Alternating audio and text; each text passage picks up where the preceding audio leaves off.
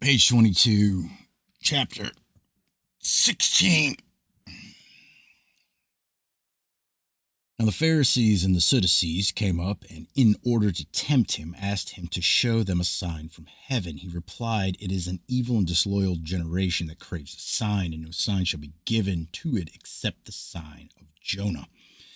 Did I read this? I did. Gotta change all that shit. All right.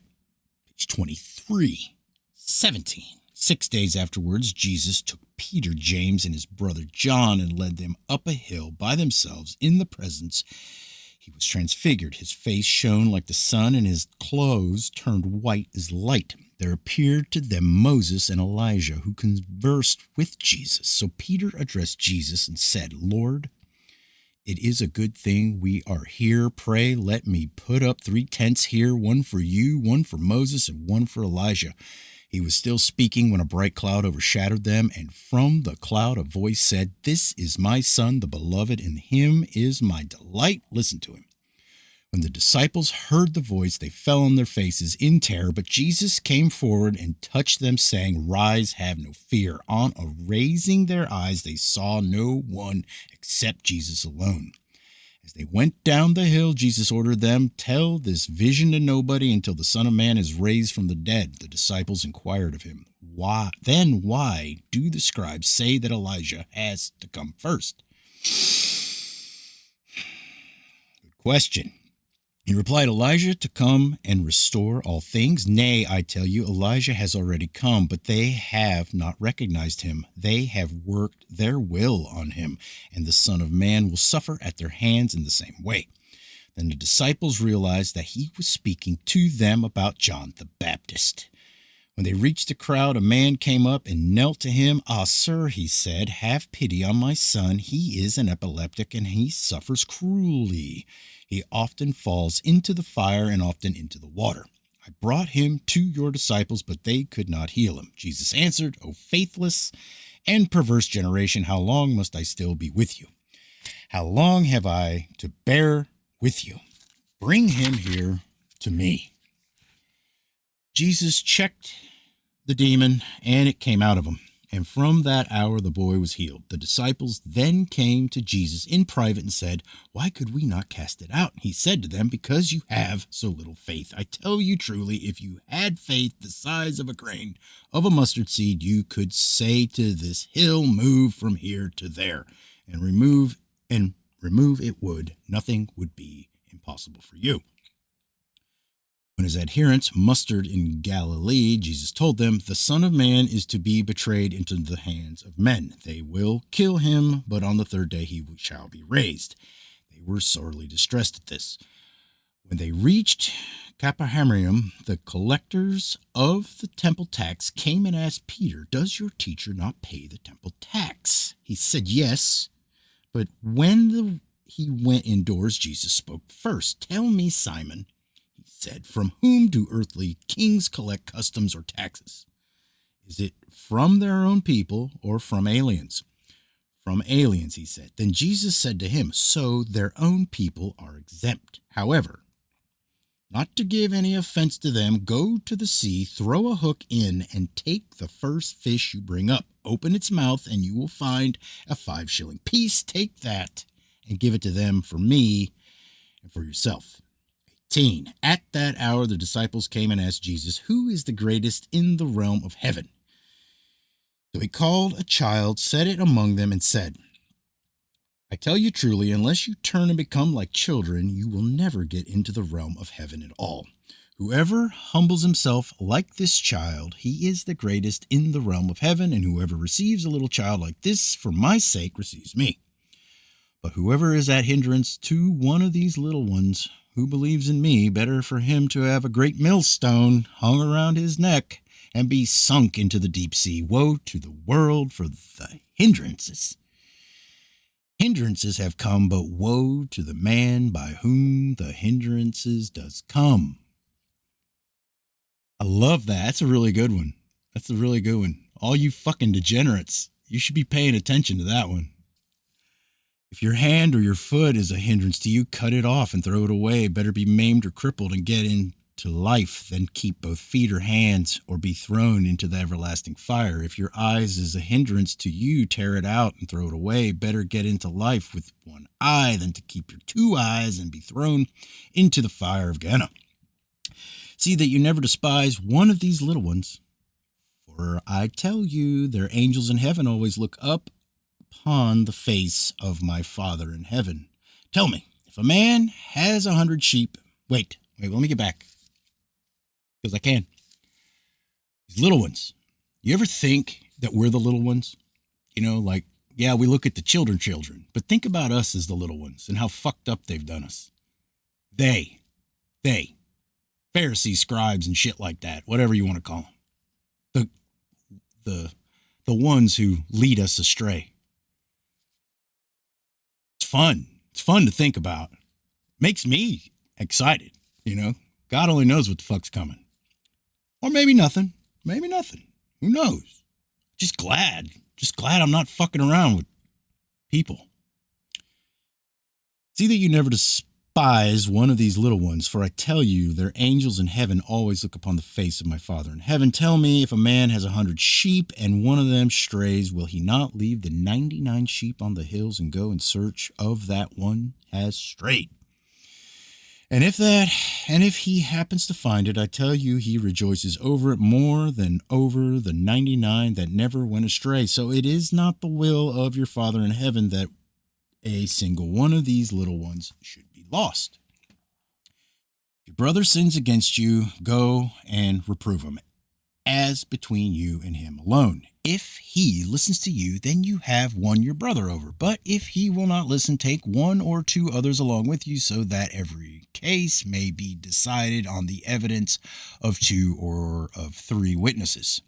If he refuses to listen to them, tell the church. And if he refuses to listen to the church, treat him as a pagan or a tax gatherer. I tell you truly, whatever you prohibit on earth will be prohibited in heaven, and whatever you permit on earth will be permitted in heaven.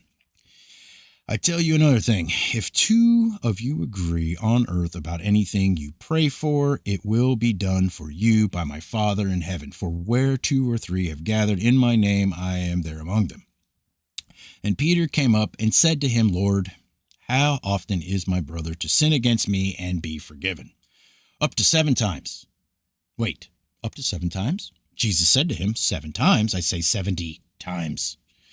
That is why the realm of heaven may be compared to the king who resolved to settle accounts with his servants. When he began the settlement, a debtor who was brought in who owed him 3 million pounds. As he was unable to pay, his master ordered him to be sold, along with his wife and his children and all he had, in payment of the sum. So the servant fell down and prayed him, have patience with me, and I will pay you it all. Out of pity for that servant, his master released him and discharged his debt. But as that servant went away, he met one of his fellow servants who owed him 20 pounds, and seizing him by the throat, he said, pay your debt. So his fellow servant fell down and implored him, saying, have patience with me, and I will pay you. But he refused.